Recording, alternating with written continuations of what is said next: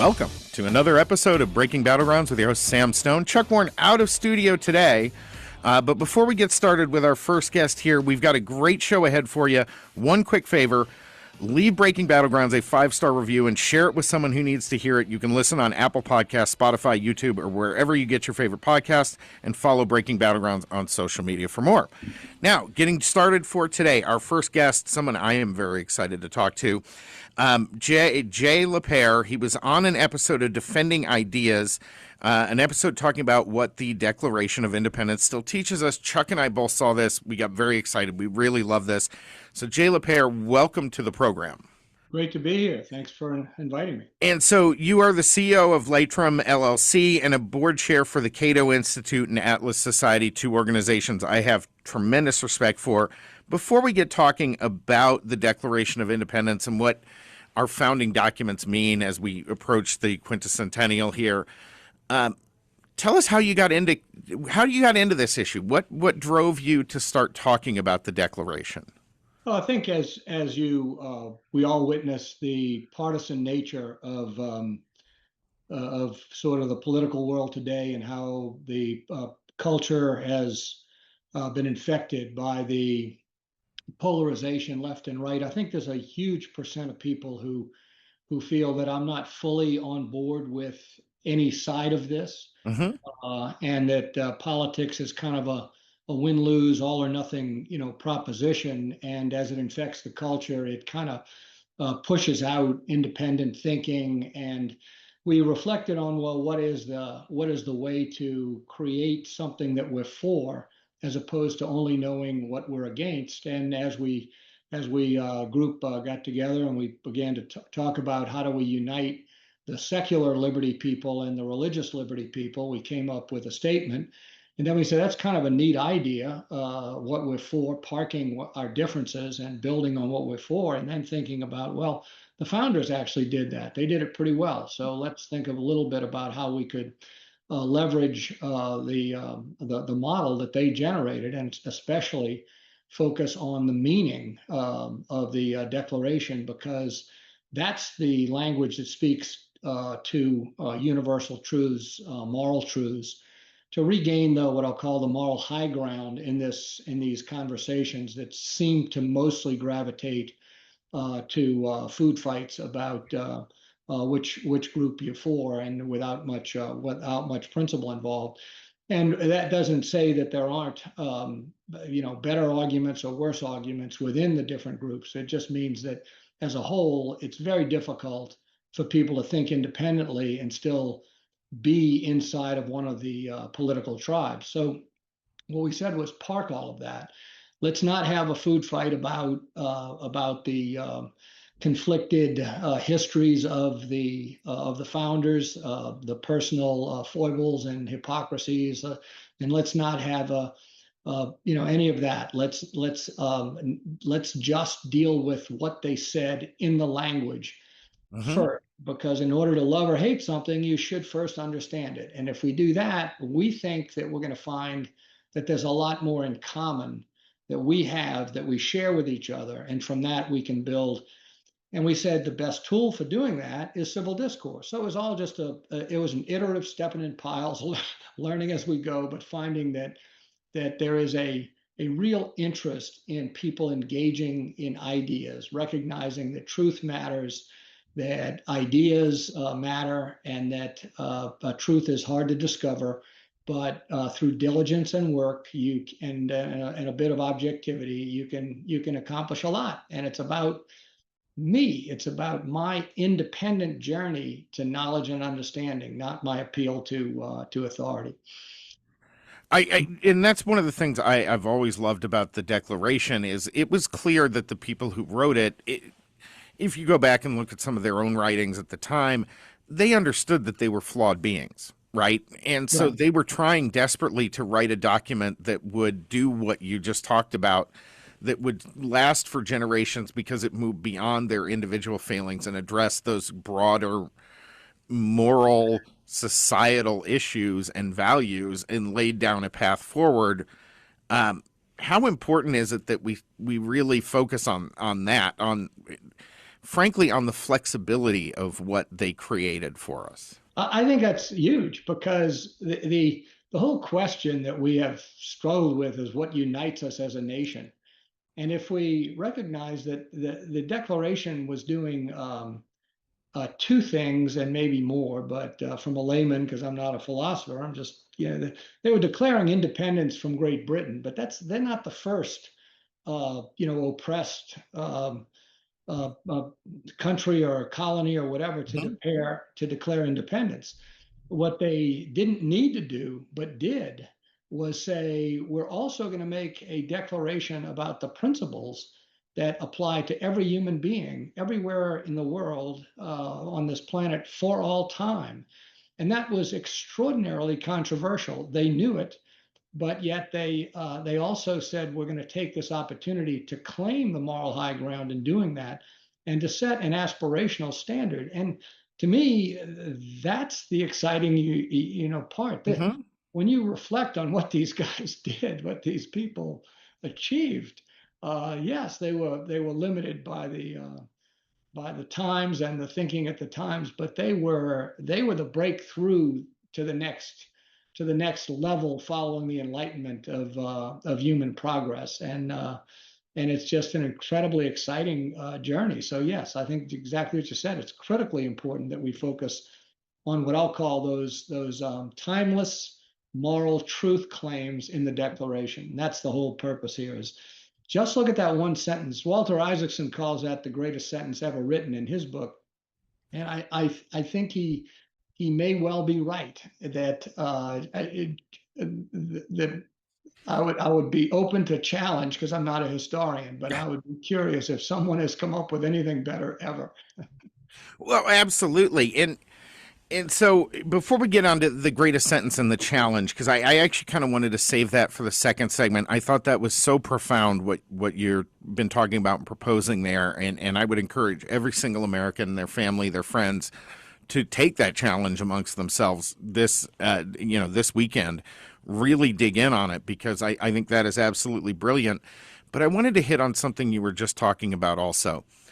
The fact that while a lot of people criticize the morals, the living morals of the people who wrote this document and the ones that wrote the Constitution, they knew they were falling short of what they wrote on paper, didn't they?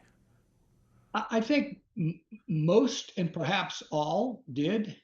I don't know how to put ourselves in the minds of sort of a uniform mindset in a group of 56 Right, right. courageous independent. But yes, I think that is an accurate way to think about it. That overwhelmingly they knew that this was a journey, and that they were falling far short of achieving that in many, if not all, cases. Where did the impetus to write this moral document come from? Because as you pointed out, lots of places have had independence movements and have declared independence and sent a letter to their former leaders or kings or whatever Yeah. and said, "Hey, we're done with you." What was the impetus for the exposition of moral values in this document? In the Declaration, you mean? Yes, yeah. Yeah, yeah. I think that the Lockean sort of revolution, and then the popularization of it with Thomas Paine. What Jefferson said years later was when someone accused him of not writing anything original. He said that was exactly my purpose. I was simply trying to reflect what I'll call the spirit of the American mind that was and he wouldn't have claimed that that was all Americans, but he would have said that's the leading American thinking. That's the direction that was growing and becoming more and more. And that was based on Locke, and I think that was based on the influence that Paine had. He sold a tremendous that what was it, Common Sense or whatever Hmm. that was. So I think that that in doing this, they were trying to um, what's the right way to put this? They recognize that we need intellectual fuel, we need passion, we need something that keeps us together that isn't, and this is the way to do it, by uniting everyone in this claim. And I still believe that we underrate the importance of moral power in all of our conversations. Mhm. And again, back to the idea that truth and moral and ethics. And I think that's what we're saying, that if we, Franklin had a great quote. He said that an ethical, no, a virtuous and industrious people may be cheaply governed. And I think that fits the idea that if we expect to have a freedom, and we expect to, and we're not going to be a culture that actually earns it through through what I'll call responsibility, and the ethical culture of the crowd, that just can't happen, because as long as it's simply about power and not about what's right, we can't find common ground, because we're each a threat to each other, and as opposed to an asset to each other. So um, That's a fantastic point. We have just about a minute left in this segment, and then we're going to be coming back with more from Jay LaPere here in just a few moments, folks. Definitely stay tuned. So we're going to, we come back, we're going to get on to the Declaration Challenge, which I think is absolutely brilliant. I think it's very important for people to understand. But as a last word in this segment, Jay, do people discount the Declaration as a founding document? People talk about the Constitution all the time, the Bill of Rights, but a lot of our founding in the early laws of this country, the direction was informed by the Declaration. yes, and I think that was a direction that the legal, direction the Supreme Court took, and obliterating pieces of it, and Mm-hmm. the Constitution were only enabled by not thinking about the purpose of the Constitution, which was to limit the powers of the federal government and to reserve the powers maximum extent possible for the states or to the people. And then ultimately the 14th Amendment would have said, okay, maximum power to the people. But I think that had they been forced in some way to make the Declaration a preamble to the Constitution, which I believe was what was intended, or at least assumed, then I think we would have had more trouble looking at that document in a disaggregated, the Constitution in a disaggregated way. But I'm not 100%. And Breaking Battlegrounds coming right back. yeah.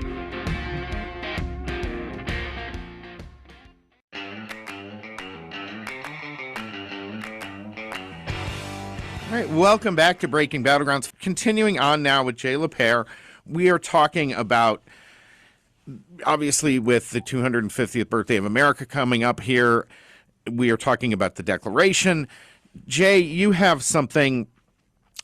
You put out a challenge, or been working with some folks who are doing a challenge around the Declaration. Tell us a little bit about that challenge. Well, the Free Society Coalition, which is the group that I co-founded with others, and we've built a truly just that, a coalition of organizations. And our goal is not to be the central clearinghouse. Our goal is to enable all of those who want to use these tools to use them in as effective way as they know how. And the challenge that we were trying to consider was what's the easiest, simplest, shortest on ramp to thinking about these questions. So we said, let's take the greatest sentence ever written, and let's actually see if we can think seriously about it for a little bit of time. Let's give it an hour. Take a what I'll call a civil discourse mindset, where I'm not trying to go in and change someone else's mind. I'm simply trying to understand it for myself. And I'm going to use the thinking from the conversation, the thinking of the best thinking of those engaged in the discussion, to influence my own, not but not to sacrifice any part of my independence, but to inform it. So we're saying take an hour, gather with family, friends, and just read the text. We hold these truths to be self-evident, that all men are created equal, that they are endowed by their creator with certain unalienable rights, that among these are life, liberty, and the pursuit of happiness.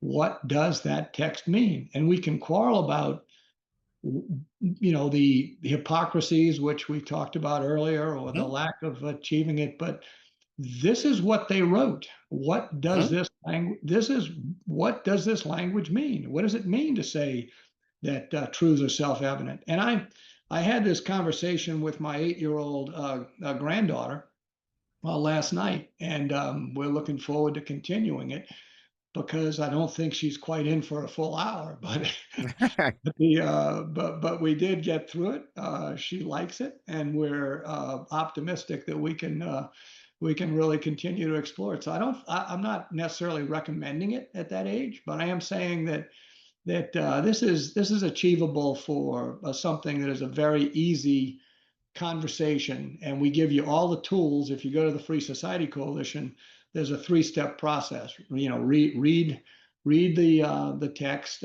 reflect, discuss the text, and then reflect on the meaning you're independently. And I think this begins what I think is a lifelong journey and a mindset and a recognition that we as human beings have a tremendous potential to make each other better, and left alone to our own devices, we seek out inspiration. We admire achievement. We admire people who help us, and I think that that's the nature of what I'll call the moral arc that human nature has always had, unless the incentives are perverted the way they Right. have. We don't think about them. So I'm really excited about it because I think it's an on ramp and it's a challenge that I think is available to anyone who simply wants to get past the fireworks and the parades and all of that, which I think is totally appropriate. But you have to get to a point where you say, now, what was that all about? And let's have a conversation as a way to start.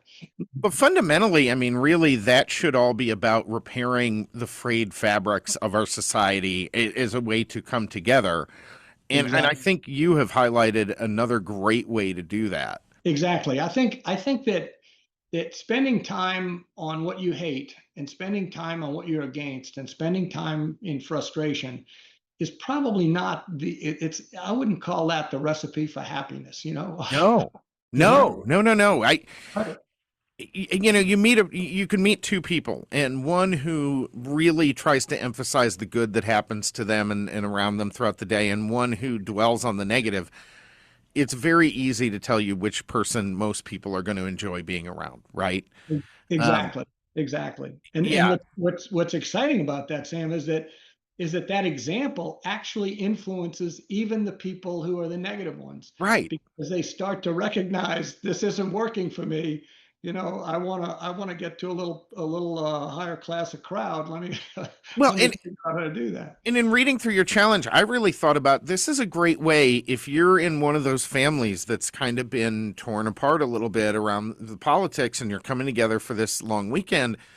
This is a great way to maybe bridge some of those gaps and depoliticize the things we're talking about in the future that we all want to have. I think everyone in America wants to have a great future for this country and all of our citizens, Yeah. but No, it's just how yeah. we get there, right? Now, Yes. how we get there, I'm going to go back to this greatest sentence because this is my curveball question. The pursuit of happiness. Hmm.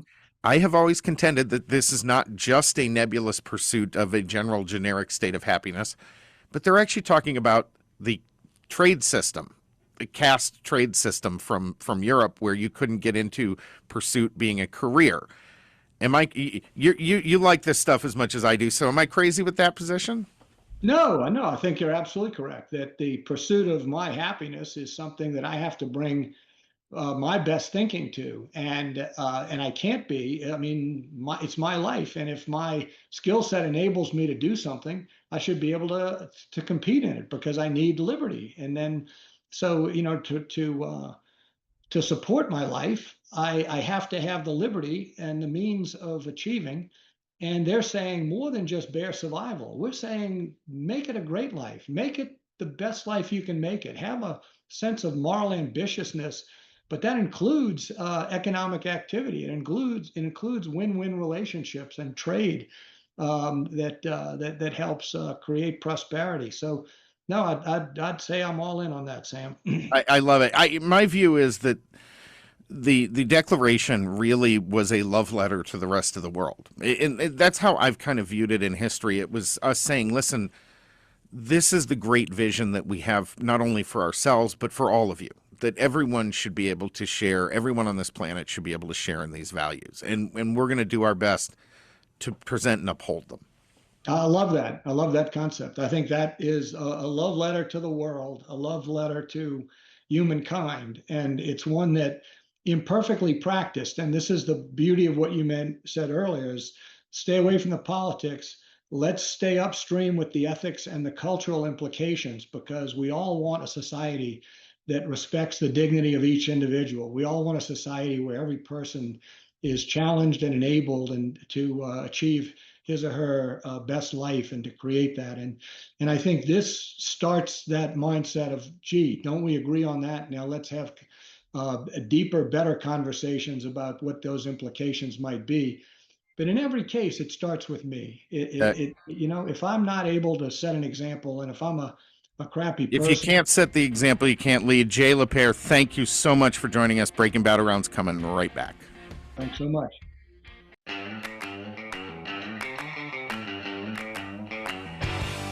All right, welcome back to Breaking Battlegrounds. Folks, private student loan debt in the United States totals about $300 billion. $45 billion of that is distressed. If you have a distressed or defaulted private student loan that others won't touch, you need to get a hold of Y-Refi today. They provide you with a custom loan payment based on your ability to pay. It's not a debt settlement company. They work with you individually, tailoring each loan to your specific situation. You will not be calling a faceless call center.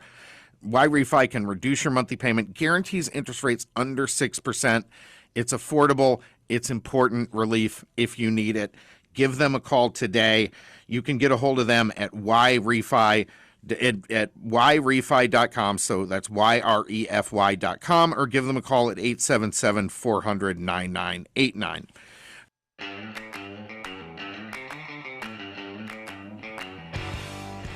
Welcome back to Breaking Battlegrounds. With us now is Andrew Kerr, an investigative reporter with one of our favorite publications, the Washington Free Beacon. You can follow him on X at Andrew Kerr, KERRNC. Andrew, welcome back to the show. Hey, thanks for having me back on. So when people ask you what you do for a living, do you say I'm a reporter or do you say you're an investigative reporter? Yeah, investigative reporter.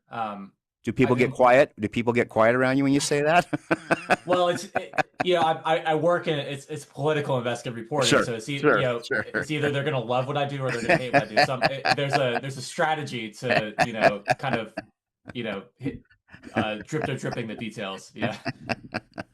So Paul Sperry today from Real Clear Politics posted that, quote, "It's no coincidence that Democrat Senator Ruben Gallego and Democrat Representative AOC and Jasmine Crockett, who've had major red flags in their financial disclosures, have all requested 90-day extensions to file their 2025 disclosure statements." We're going to talk about congressional finance and candidate profiles. Why would they be doing that? Tell our audience why they're doing that now. So it's kind of just become regular practice. Almost every lawmaker gets a 90-day extension to file their financial disclosures. So they are due in April, but it's like this 90-day. They have to request it, and they always get it. So I mean, in effect, these things are actually just due in August when that 90-day extension is up. That's when it's got to be over 95% of lawmakers file at that time. But these are the same lawmakers that are talking about. I mean, they want to limit their colleagues from trading stocks. They want to raise taxes on the wealthy, and that's just it's the bargain they make. They get to write laws that affect everyone in the country.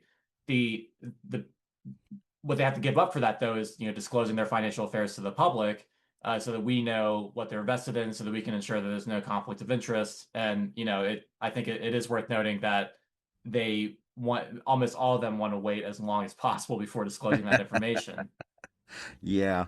So you wrote a great piece called "Row Me the Money: How Progressive Class Warrior Ro Khanna Lives Like an Oligarch He Fights With in Home." He has an in-home elevator, $190,000 Range Rover, and a family-owned golf course. I mean, there's a lot to say there in that headline. And then you posted today, I believe, that a vast majority of House lawmakers file their financial disclosures in digital format, which you posted and showed an example. But Khanna chose to file it with the analog checkbox, which they've been using forever. Why do you think he does that? Then let's talk about your article. Why does he use the analog checkbox versus the old, let's do a digital format so everybody can read it cleanly? Yeah, I think he's doing that. This is my speculation, but I mean he's incredibly wealthy.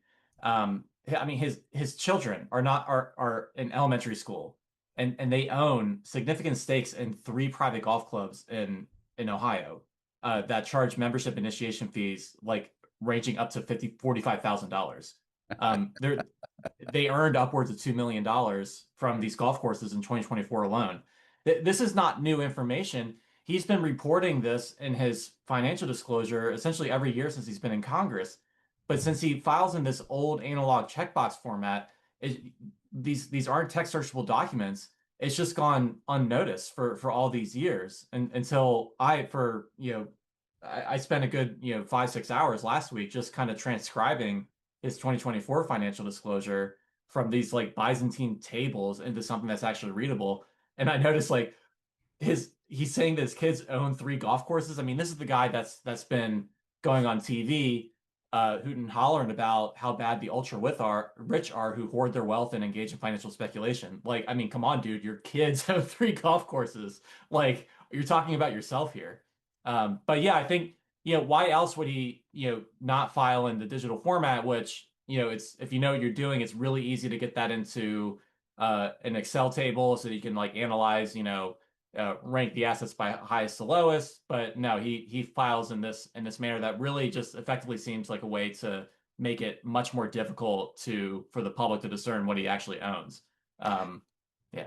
Did he have wealth before he got married? Well, no, I know that he worked as an attorney, but all of his assets. So his 2024 financial disclosure discloses over 3,000 individual assets. They are all owned by either his wife or his kids. So like Rokon. Now that doesn't mean that Rokon himself is not wealthy. He's obscenely No, wealthy. he's I he's mean, co- no. I mean, this is wealth, right? I yeah, mean, yeah. I he, mean, but I mean, but if it's your wife's and your like 8-year-old children that you're offloading all your assets to, like it's his. Like it's his money. It's his family's money. let's stop you there. We're going to continue this on the next segment. We're with Andrew Kerr. He's the investigative reporter for the Free Beacon. You can follow the Free Beacon on X at Free Beacon. You can also follow Andrew at Andrew Kerr, KERRNC. This is Breaking Battlegrounds. Like a tongue twister. Breaking Battlegrounds. We'll be right back.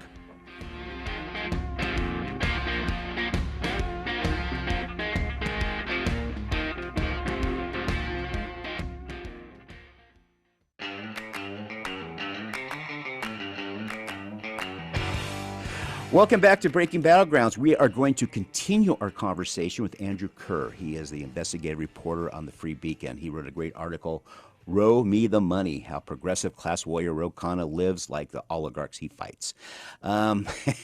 So, and I suggest that we read that article, and we'll post it on our social media. You can also find it at the Washington Free Beacon, which is at freebeacon.com. So what are 4 or 5 things about this article that you think stand out, and what are a couple things that surprised you as you were doing the research? Yeah, so I mean, like, why we should care about this? Right. Obscenely wealthy politician. There's many of them, but Ro Khanna has made he's a California Democratic representative. He's made a name, kind of he like self-appointed himself as like the leader in the fight against the oligarchy, or what he calls the Jeffrey Epstein class of essentially ultra wealthy people that hoard their wealth and then use their wealth to influence public policy and kind of invest in certain funds that aren't available to the regular public that give them a leg up against the working class. Right. You know, what my reporting has found is that Ro Khanna is essentially talking about himself. I mean, he is a lawmaker, so he is in power, but also like he's hoarding wealth as well. I mean, he lives in an excessive four-story home with a four-story elevator. His wife drives a $190,000 Range Rover, and his kids, I mean, my goodness, they have large stakes in three private golf clubs, and they also own a significant stake in a wealth management firm that uh, says it manages 65 billion in assets under management.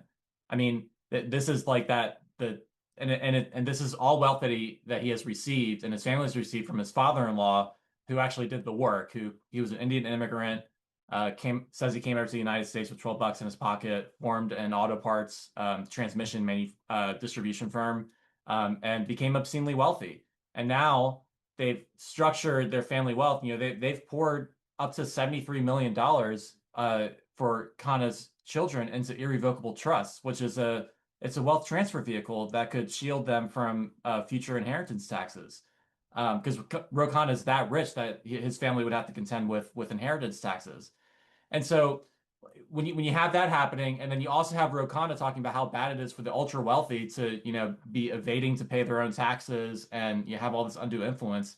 He's talking about himself, but his proposals, like, he wants to go after the billionaires, which is, I guess, fine. You're free to do that, and he's talking about how bad the billionaires. But Ro Khanna himself is easily worth several hundred millions of dollars, and his proposals do not. He does not want to touch people with that sort of wealth, which is an obscene amount of wealth. He only wants to go after the billionaires. So he lives this oligarchic lifestyle. His children who aren't even out of elementary school yet will never have to work a day in their lives if they don't want to. And yet he's the one going out there calling himself a champion of the working class and how bad it is that the billionaires are dodging taxes. I think it's one of the most egregious examples of hypocrisy in Congress that I've personally ever seen in my 10 years of reporting. It's it's pretty wild.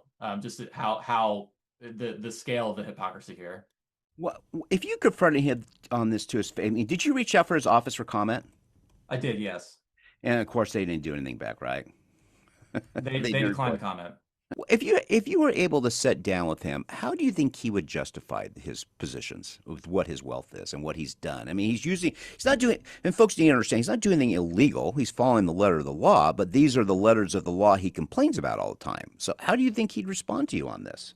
Well, how he's responded to other reporters in the past is that, so again, the wealth comes from his father-in-law. And so he says that this is all, trusts that the father-in-law has established for his wife and kids from before we got married in 2015, which is partly true. His wife does have trusts that originate in the 90s, but there's also trust for his children that are dated in 2020. So he's been doing this since getting into Congress. Which I assume he has some say in. I mean, she's just not doing it willy nilly without them talking. Well, he claims he doesn't have any say in it. Another aspect of this I forgot to mention is that Ro Khanna is one of the loudest champions in Congress of we need to ban members of Congress from being able to trade stocks. Right. Ro Khanna holds the crown as the most prolific stock trader in Congress. He made over well over 4,000 trades in 2025 alone, much more than any other member of Congress. For the estimated total of those stock trades is $53 million worth of trading volume. And yet he's out there saying that we need to ban members of Congress from trading stocks. Now, he claims that all these trades being made in his children and wife's trust, and that he has, no say in it. I don't think, though, that he has an answer to these other, as I mentioned, his wife and kids own stakes in this massive wealth management firm that's based in Cleveland, Ohio. And these golf courses, I can't get over the golf courses. For someone who spends so much time complaining about the oligarchy, how bad they are, how do you find an oligarch? Is that when your kids own 5 golf courses? How many golf courses is too much, Mr. Ro Khanna? I have maybe they can do fine with just one private golf course that pays them, up to $1 million a year instead of 3 golf courses that could provide several millions every year. I just don't think he has an answer for that, because it does that is peak oligarch behavior right there. It just is. Well, it isn't. How would a Democrat activist who loves his spiel on, tax the billionaires, how would they justify this? It's interesting. I've had some comments on my social media posts yesterday from some folks who are like, well, I don't get what the big deal is here, because it sounds like Ro Khanna is proposing measures that would increase his own family's taxes. But no, he's not. He has all. He is a centimillionaire. His net worth, his family's net worth is in the hundreds of millions. Ro Khanna has structured his policies only to tax the billionaires, and so he's obscenely wealthy. but not wealthy enough to be impacted by his own proposed policies. Or with Andrew Kerr, investigative reporter at Free Beacon. All right, you wrote another great article, which is of interest to us here in Arizona. Arizona Democrat Joanna Mendoza now claims she's not a millionaire after all. Drops her net worth by 93% in updated disclosure. Folks, just so you know, she is running against Juan Ciscomani.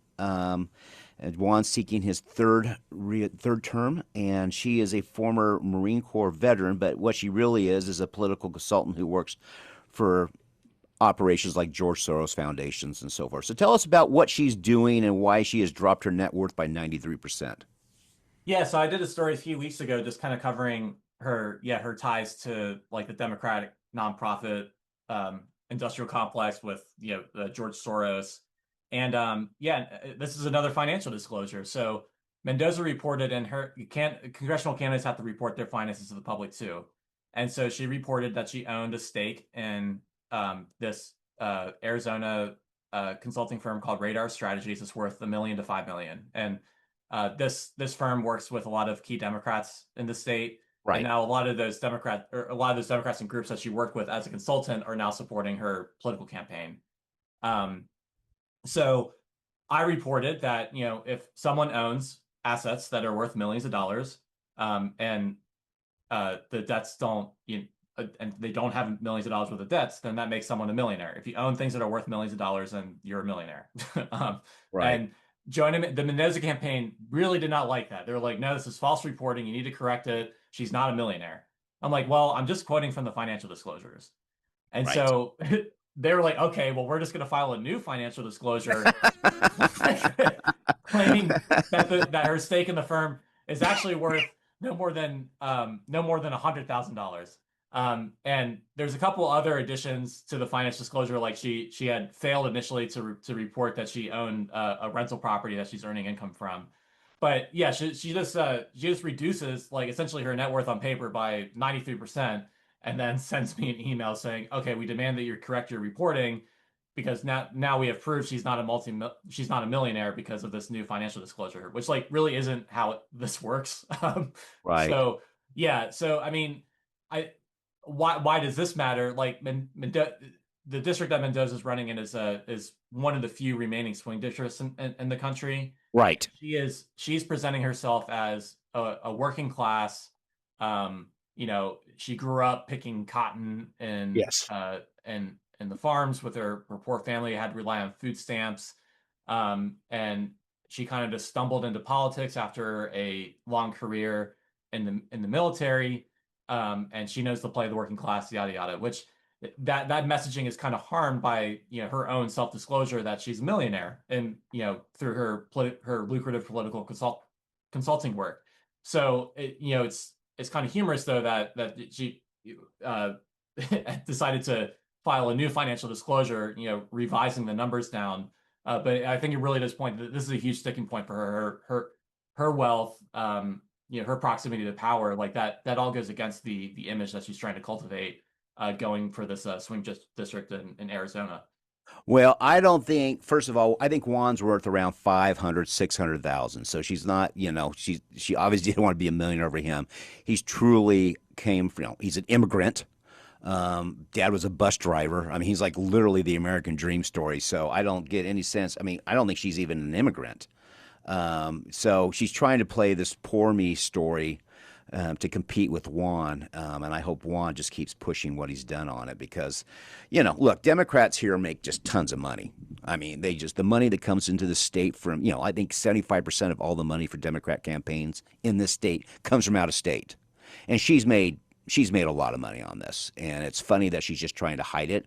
And, if she's not a partner anymore, I mean, I get it. That probably would drop it, but it's funny how quickly they try to change things to change the narrative.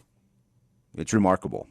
Yeah, I think it just goes to it's an authenticity problem, which I think that a lot of voters really detest when, don't try to make yourself into something that you aren't. I mean, after she left the military, she had a kind of a brief but really successful political consulting career, and now she's running for Congress. And being worth between $1 and $5 million, like that's well off. That's not Ro Khanna money. Right. That's you had a good career, and now you're moving up to Congress. Right. And but it's just when you start to try to rewrite history, what she did here with this latest filing, then I mean it just I I don't think it's a good look at all.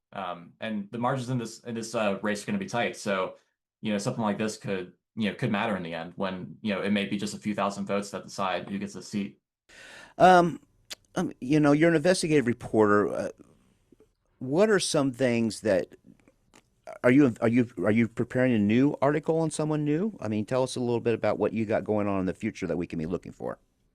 Yeah, I may have more on Ro Khanna. Yeah, that's a well that we're still tapping into. You're going to keep Um, tapping that. yeah. Gavin Newsom, a week or two ago, he announced that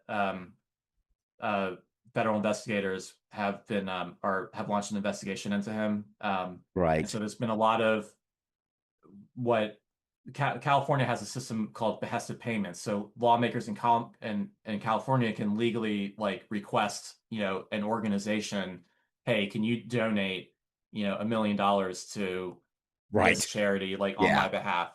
Yeah.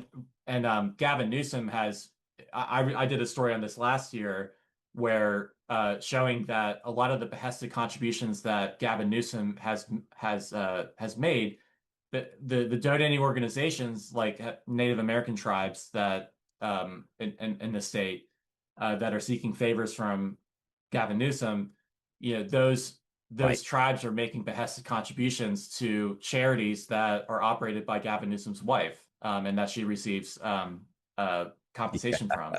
So there's speculation that this investigation into Gavin Newsom could be related to those behested payments. And I've done some behested payments work in the Right. past.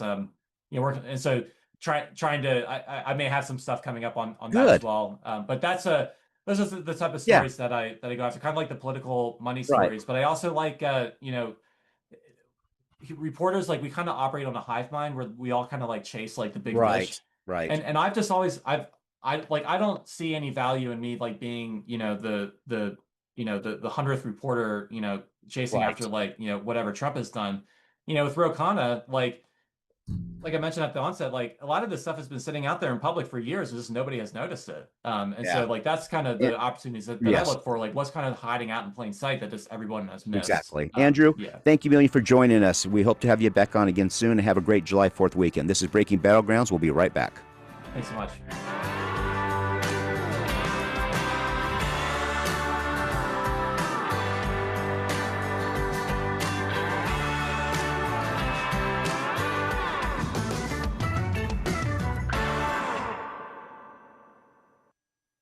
Hi, kids. Remember your dreams? All the future plans you made? Has private student loan debt destroyed those dreams? It doesn't have to. Why Refi refinances distressed or defaulted private student loans that others won't touch. They can reduce your payment, you can get your life back, and they don't even care what your credit score is. Don't let private student loan debt ruin your life. Call Why Refi today. Let's go!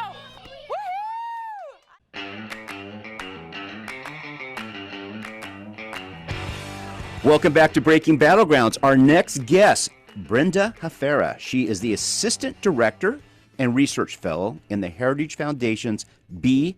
Kenneth Simon Center for American Studies.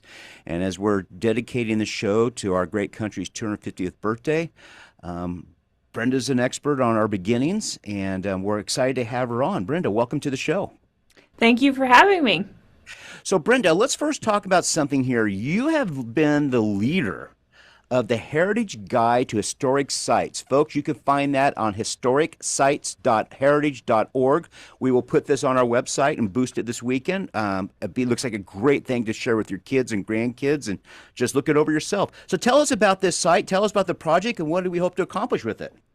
Yep. So the Heritage Guide to Historic Site is a website that the main page is a map that pinpoints and evaluates historic sites all around the country. We have about 130 sites with at least one in every state, and they include things like Mark Twain's house, battlefields, presidential homes, museums, with the intent to encourage Americans to go to these places to celebrate America 250, especially this summer. So the map pinpoints it, there's nothing like it, and then each site also receives a grade of A, B, or C based on accuracy and comprehension, proportionality, and ideological bias. Interesting. So how long did it take you, since you put this together, how long did it take to put this project together? And and here's the question for me. Why is it important that people understand these historic sites? What will it do to develop their bond and their knowledge of our great country? Yeah, so we've been working about it for a year. We introduced the 13 original colonies past October, and then for Washington's birthday this year, we released the full map. But we intend to add to it over the years and update it. This is a living, breathing project.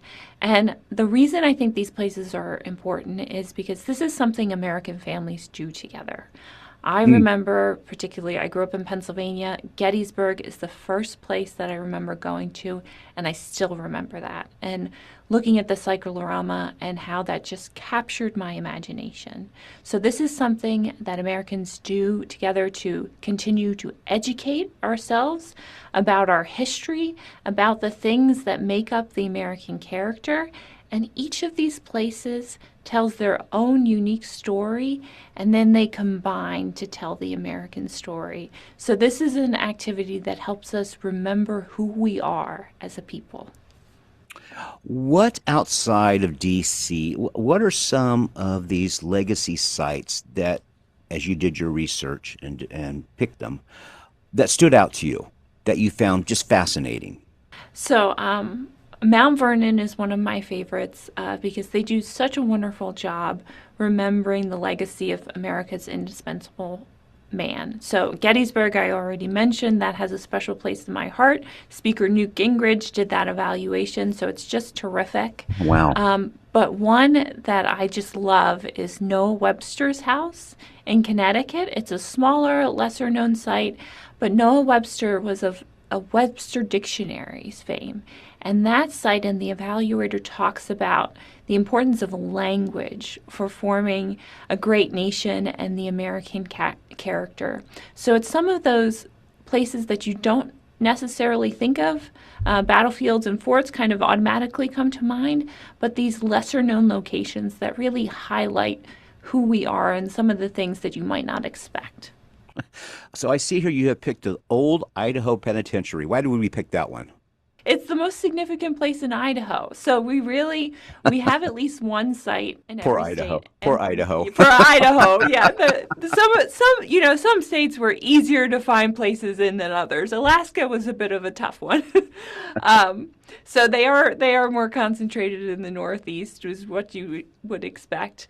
But we wanted, if possible, to be able to find one site in every state, because we believe in federalism, of course, but also hopefully folks will be able to find a place within driving distance so that they can go on these trips this summer. That's fantastic. Well, thank you for putting that together. I'm actually going to send this out to many friends with kids and grandkids this weekend and look it over myself. So thank you for doing that. So Brenda, you wrote a great piece on the Daily Signal called "Why the American Colonists Rebelled." Could you tell our audience about the article and why did they rebel? I mean, I read it, I found it fascinating, but tell our audience what happened and what brought this up. Thank you. So there's the history of the American Revolution and leading up to the Declaration of Independence. The Declaration is both a beginning and a culmination. So what happens, the 7-Year War, Britain declares war with France. They were war for 7 years, and they accumulate a huge amount of debt. And they begin to look to the American colonies as a solution to that debt. And of course, they start to tax the colonists. And the colonists rebel because they have been long used to governing themselves. And this violates the principle of consent of the governed. So that sets us on this track of moves and counter moves between the British and between the American colonies. And ultimately, the Americans rebel because they believe in self-government and they want to be citizens and not subject. So this is a matter of principle, of not only about the rights of Englishmen, but of natural rights and of natural law. And this makes America both a revolutionary idea, because this has never been done before, but also something that's eternal, because it's grounded in these truths that don't change over time. I never thought about this till you wrote this, and they imposed the Sugar and Stamp Acts of 1764 and 1765. Why was the Sugar and Stamp Act so offensive to the colonists? Well, it's not offensive, or it's not significant in terms of dollar amounts. Like, the Right. stamps were actually pretty small, right? Right. The tax was small in terms of currency. But the Stamp Act in particular struck at America's principles, because you would need a stamp for pamphlets and almanacs, for those sorts of documents to circulate. And that's the way communication happened in the American colonists. So the Stamp Act was actually a violation of freedom of speech and impeded deliberation. And that is something that America traditionally has really cared about. The number of newspapers in America compared to other countries was quite high. And that's, of course, something that we still value today. And we think of something like Thomas Paine's Common Sense. And that's the way the ideas of the Revolution spread. So the Stamp Act was not simply about this money, but it was about the principle of the matter. You wrote also in this article that many of the ideas of the Revolution spread through the churches to 70 to 80% of the colonists who attended services on a regular basis, which I find fascinating. And I was talking to a gentleman the other day, and he's talking about why we don't have this civic unity anymore. I said, well, you don't have people going to church like they once did. You don't have your Lions clubs. You don't have your Rotary clubs. You mean all these things that brought people together, right? What role do you see for churches and religion in improving society and government today? Is there a role for them still, or is it no longer necessary? Oh, that's so necessary. I mean, churches, Alexis de Tocqueville very famously observed that America has all these civic institutions, right? Civic associations, rather than automatically turning to the government, we do things ourselves, and we take care of problems within our own communities, within our own states, before we kind of reach that highest bar of looking to the federal government and a law to do things.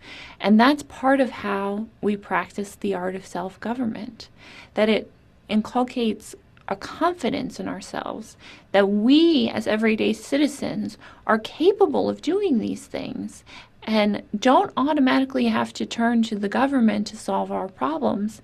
And the sad part is that once we stop exercising that, we forget very quickly, and we think that we're no longer capable of doing these things. So that's one role for religious institutions.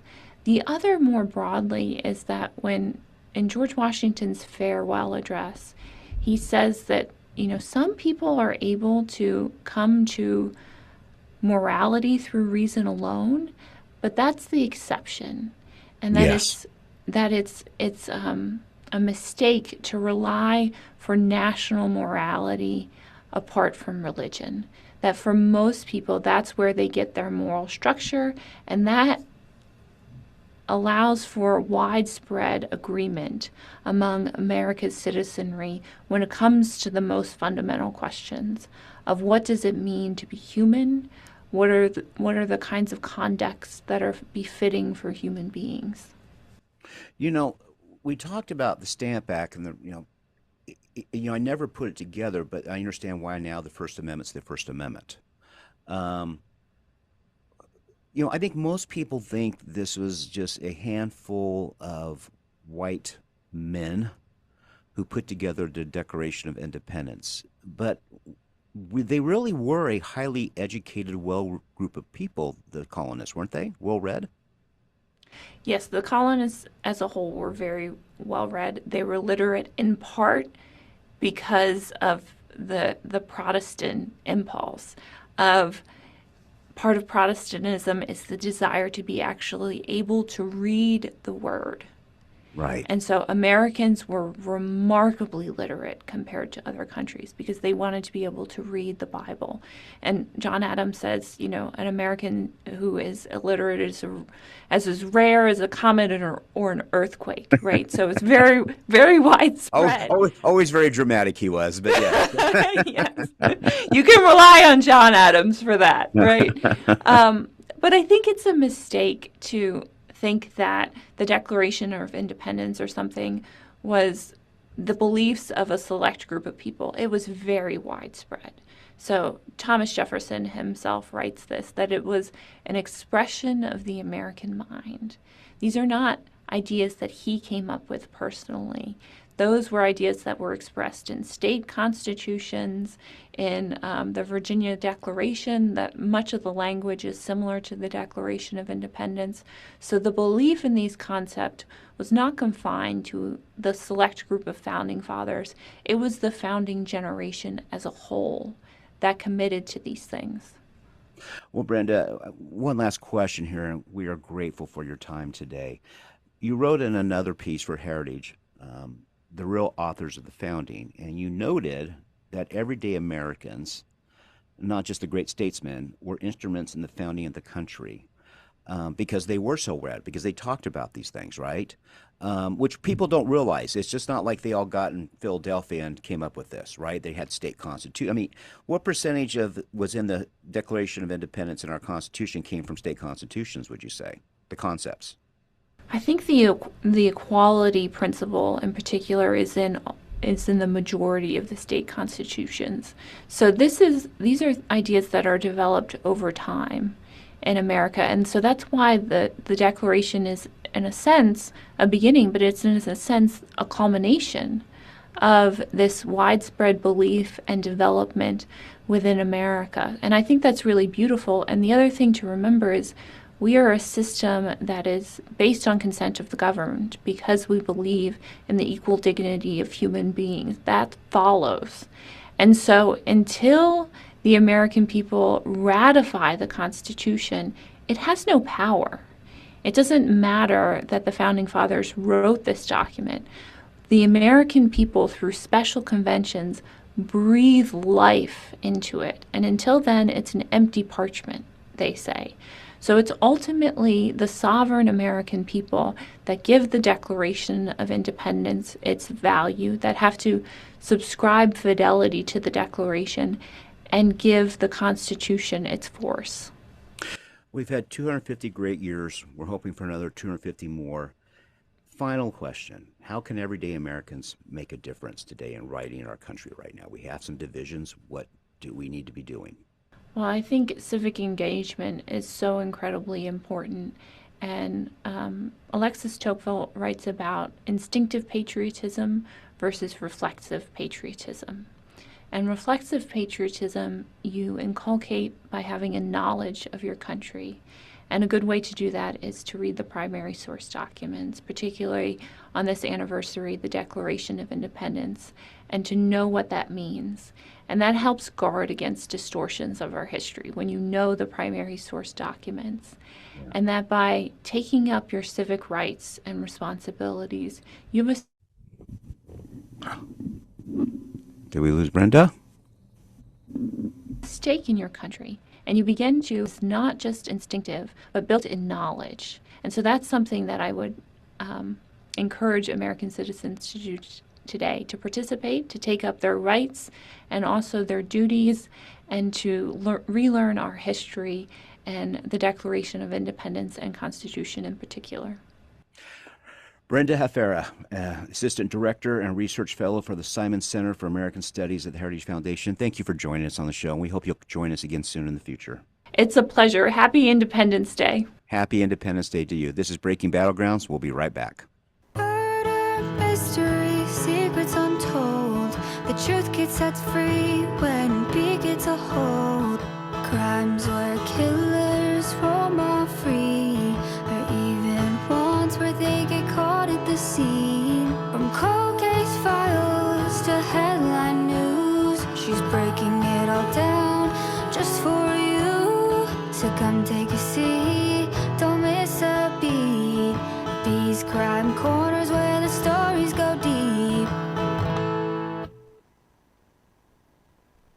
So today, in honor of 4th of July, I found us an unsolved 4th of July case. A 4th of July murder mystery. Yes, how not great, but for the situation. How nice for the theme. Well, it's for the theme. I suppose it is useful to have for the show, but I'm not sure how I feel about that now. Yeah.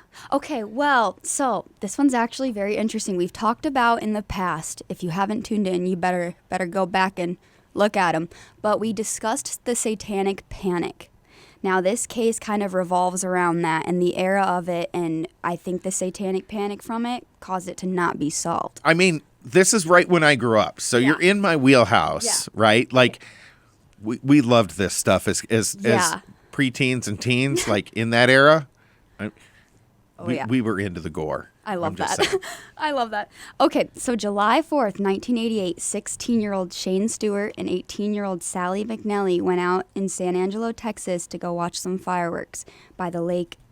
And a little backstory, Shane and Sally had previously joined a satanic cult, and they had friends that were concerned about it. Their parents were a little concerned about it. Oddly enough, this never seems to work out very well for the people joining them, but okay. Join a cult, end up dead. Sorry, I said it.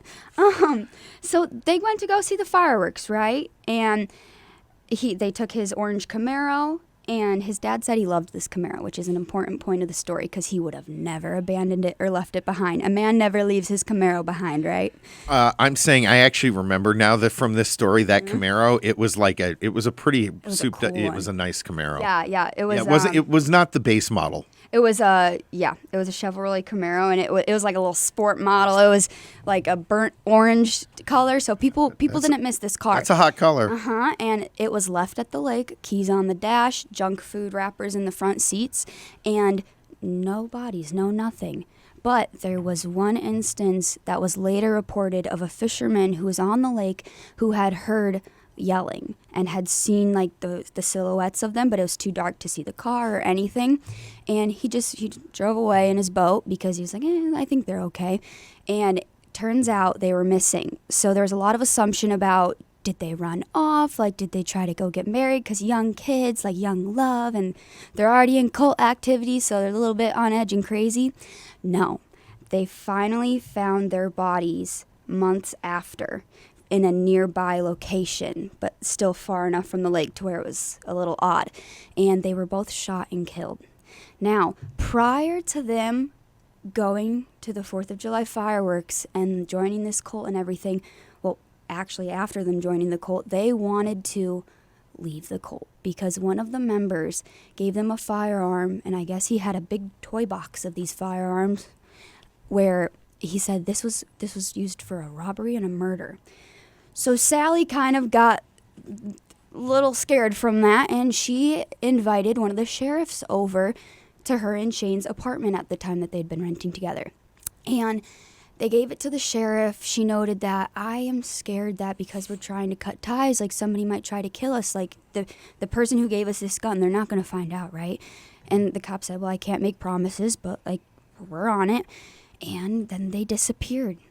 But another really shaking part of this is there has been so many instances now back in 2015 where they reopened the case. They got more DNA evidence around his car.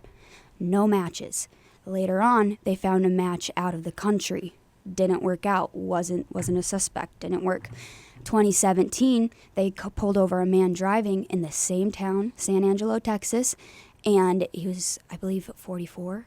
And he had marijuana in his car, but they also did a deeper search because they kept the prints from old DNA analysis to be able to go back and hopefully with forensic technology. And they never close murder cases, right? Never closed murder cases. And this man was linked to the case because they found a strand of her hair, Sally's hair, in his place. But yet again, not convicted, still unsolved. It's 2026. This was 2017. Do we know if this guy had any connection to the cult? This guy that got pulled over No connection. The only thing they had was the hair, which... I mean, one of the issues, like I grew up in a small town, right? Everyone in a small town has friends. Yep. And so, like, it's in a certain way, it would be easier to commit a major crime in a small town. Yeah, 4th of July fireworks Right. too, like you don't hear anything. You don't have a lot of strangers around. Yep, and- People aren't going to pay that much attention to you. Exactly. And a lot of their friends too, like Sally's friends specifically, they sparked concern about her well-being and her decision making. Obviously, you join a cult, you're a 19-year-old girl and you're joining a satanic cult. I understand it was the rage of the satanic panic, You but are not starting off this journey well. Yeah. You're not making the brightest decisions. Like No. join a club. No. Not a cult. Right. Clubs, not cults, guys. And her friends had said that there was an instance too where she invited them to this party, this cult party, and this other person brought a demon in a bottle and Sally started acting weird. So a lot of her friends thought maybe it was like a facade she was playing where she was just, attention seeking behavior a little bit of, oh, demon, like it's possessing me. But I would assume that Yeah. myself. I mean, and then the other weird part was they found a fortune cookie in her pocket, a fortune cookie wrapper, when they found her body. And it said, you will always be surrounded by friends. So there was another theory of, did her friends kill her? Interesting. Right? Still unsolved. So hopefully, as long as technology keeps advancing, maybe we'll find the killer one day. This strikes me as one that you probably, if it's ever solved, it's because somebody on their deathbed confesses to the thing. You know what I mean? Yeah, somebody last minute being like, hey, Yeah. I did it. Okay, bye. Yeah. This is- Who knows? So I guess the lesson, though, is when you guys are watching fireworks and enjoying your 4th of July, be aware of your surroundings still. Be aware of your surroundings because fireworks are the perfect murder situation. There you go, folks. For your 4th of July, is it sesquicentennial? Did I get that right? Semi-quincentennial. Semi-quincentennial. Okay, It's a listen, tongue it's twister. 250 years. Wait till Let's just go with 350. that. It's going to keep getting harder and harder to say. Well, yeah, no, look, and I'm bad at this. As we know, my pronunciation of almost any word or name I have not encountered is likely to be awful. It's okay. I said myrtle last week instead of murder. Well, there's a myrtle bush, right? Yeah. And I'm sure someone has been killed in Myrtle Beach. Right? Yeah. Yeah. Myrtle's a word. Big plans for the 250th? Definitely probably not going to watch fireworks. Okay, you're not going I'm a little to scared a now. lake to watch fireworks? Yeah, I got in my head. Not in a lake. Yeah, definitely not at a lake. But probably like big group fireworks are safe. I feel like we live in Phoenix. You're not at much Yeah. risk of a private fireworks ceremony. Sam, these stories instill panic in me. I have to be aware because in my mind now, I'm like, there's serial killer. Like he could be a serial killer. He could be a serial killer. Jeremy, I don't think Jeremy's a serial killer, but anybody could be a serial killer. Jeremy is he says he's not a serial killer yet. He's working on it. Got it. Well, when you do, let me know if you got a story. I think I'm good right now, but I appreciate it. Thanks for the backup. Of course. Well, you know what? The way things have gone lately, maybe everyone out there has considered being a serial killer at think one so. time or another. I think it's just a very poor idea. Generally, bad choice. So don't join cults. Don't become a serial killer. Aware of yourself while watching fireworks, and don't become a serial killer. And celebrate America. Yeah. Yeah, how'd we... We Okay, love America. We have a strange show sometimes. Yeah, that's okay. People seem to like it. Give us a 5-star review if you like it. See? Leave us a comment. Is it that hard? No. It's not. You know where to find us, too. Come on. Come on. And we are going to have, we will have the link to the Declaration Challenge up on our social medias. So if you want to check that out for you and your family, I think that's a great opportunity. Want to thank all of our guests today. Once again, we always love having everybody on this program. I think we have maybe the best guest list on the air these days. I mean, in terms of the variety, in terms of, a broad base of knowledge and ideas. And frankly, we're always, look, if you're out there and you're like, I'm a Democrat, I listen to your show, I want to hear more from the other side, well, tell your people to come on with us because we asked them. They just aren't here. So, tell them to join us. We are not mean on the air. This is for everybody. I'm only mean on social media. I love that. Well, it is what it is, right? You got to get your entertainment out some way. And I was born in the East Coast in the 80s, which means I like to tell people, our version of a love letter to each other was a bunch of insults followed by a random fist fight in a parking lot. That's just how we grew up. We like it. I've just had to limit that to social media because these days you get arrested for doing that in real life. Yeah. Yeah.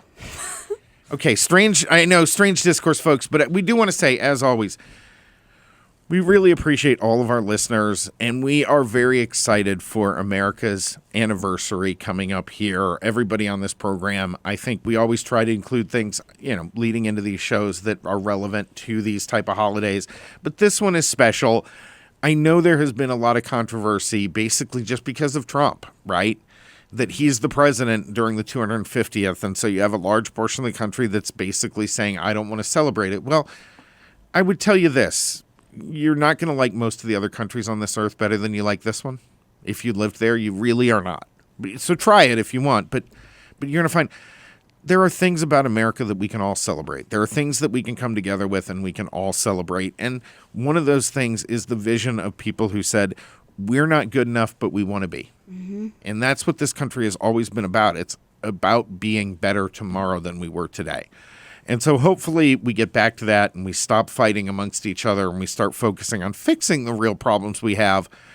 And one great way to do that is by getting the politics out of it and coming together over those moral principles, as we were talking about today, and all the values that are written into those founding documents like the Declaration. So on behalf of Chuck, B, Jeremy, Aaron, all our fantastic crew, thank you so much for joining us once again. And Breaking Battlegrounds will be back next week.